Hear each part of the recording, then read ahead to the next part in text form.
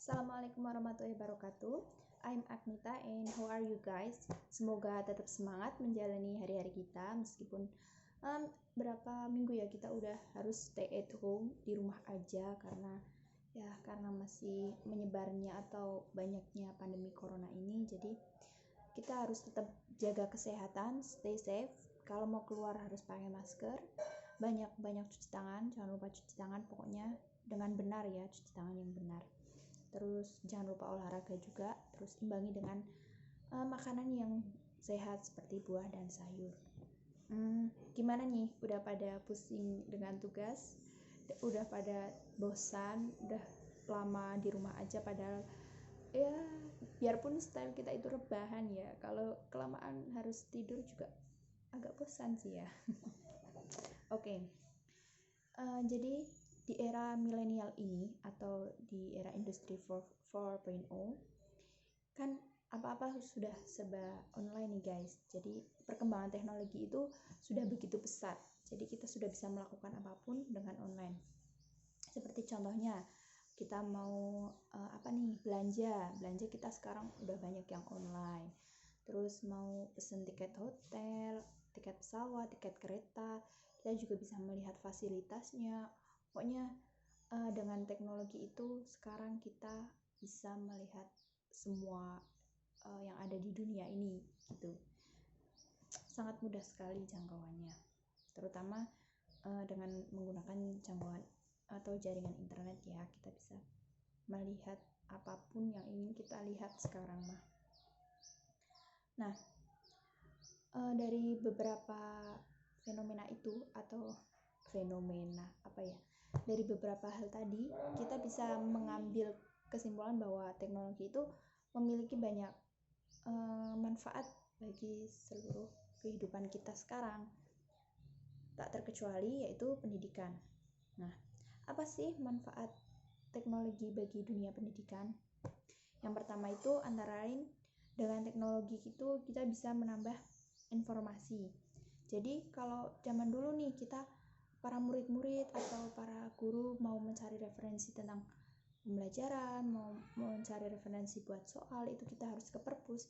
Sekarang nih dengan adanya teknologi kita tidak usah repot-repot ke perpus, kita bisa download e-book, jurnal, atau kita bisa mendownload aplikasi seperti iPusnas, itu kan perpustakaan online ya. Jadi di situ kita bisa mencari macam-macam buku apapun yang kita inginkan, kita bisa mencarinya untuk dijadikan referensi. Jadi dengan teknologi itu akan menambah informasi kita, tidak hanya informasi dalam negeri saja, tapi banyak informasi di seluruh dunia. Yang kedua yaitu manfaatnya meningkatkan kemampuan belajar siswa. Nah, karena dengan adanya teknologi juga, selain siswa itu kemampuan belajar selain membaca, menulis kayak gitu, siswa juga bisa meningkatkan kemampuannya dalam menggunakan teknologi, baik itu seperti membuat misalnya dokumen, kayak membuat PPT, Excel, atau yang lainnya. Itu bisa meningkatkan kemampuan siswa dalam menggunakan teknologi agar mereka juga tidak ketinggalan. Karena dengan kemajuan teknologi yang begitu pesat, itu juga harus diimbangi dengan kemajuan pendidikan yang bagus. Jika tidak diimbangi, maka kita akan terbelakang atau terkalahkan dengan bangsa-bangsa yang lainnya. Yang selanjutnya yaitu memudahkan akses belajar. Nah, di saat-saat seperti ini nih, kita sangat membutuhkan tuh yang namanya teknologi. Karena apa? Karena di saat kita harus stay at home, harus di rumah aja, kita tetap harus melakukan kegiatan yang sebagaimana kita lakukan biasanya, seperti bekerja, sekolah, mengajar, dan lain sebagainya kan. Nah, itu kita bisa sekarang kan banyak yang menggunakan kuliah daring, online, work from home kayak gitu kan. Nah, itu kita juga memanfaatkan teknologi. Nah, ada beberapa aplikasi yang bisa kita gunakan dalam pembelajaran online seperti Edmodo, Google Classroom. Kalau misalnya mau tes gitu, kita juga bisa menggunakan aplikasi, yaitu ada Schoology. Nah, di situ guru bisa mengatur tuh waktu untuk tesnya berapa. mau mulainya jam berapa, berakhir jam berapa, skornya berapa. Nanti siswa juga bisa langsung melihat tuh dari hasil mengerjakan soalnya itu dia mendapatkan nilai berapa gitu.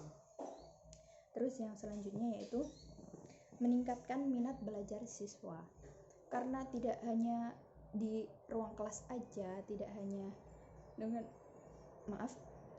di ruang kelas aja, tidak hanya itu aja. Jadi minat siswa dalam belajar itu akan lebih bertambah karena dia akan bisa belajar melalui YouTube misal, kita bisa sambil ada visual, juga ada audionya, jadi tidak membosankan hanya dengan melihat papan tulis di kelas aja. Mungkin kita juga misalnya kalau di kelas kita bisa tuh menggunakan bantuan proyektor untuk menyampaikan materi pembelajaran, kita bisa menggunakan sebuah misalkan film untuk analisis atau tugas apa kayak gitu kan. Jadi minat siswa dalam belajar itu semakin bertambah. Oke. Dari beberapa manfaat itu sebenarnya masih banyak lagi manfaat teknologi bagi dunia pendidikan, tapi karena durasi yang saya kira cukup segitu aja. Sekian, tetap jaga kesehatan, kita bantu pemerintah untuk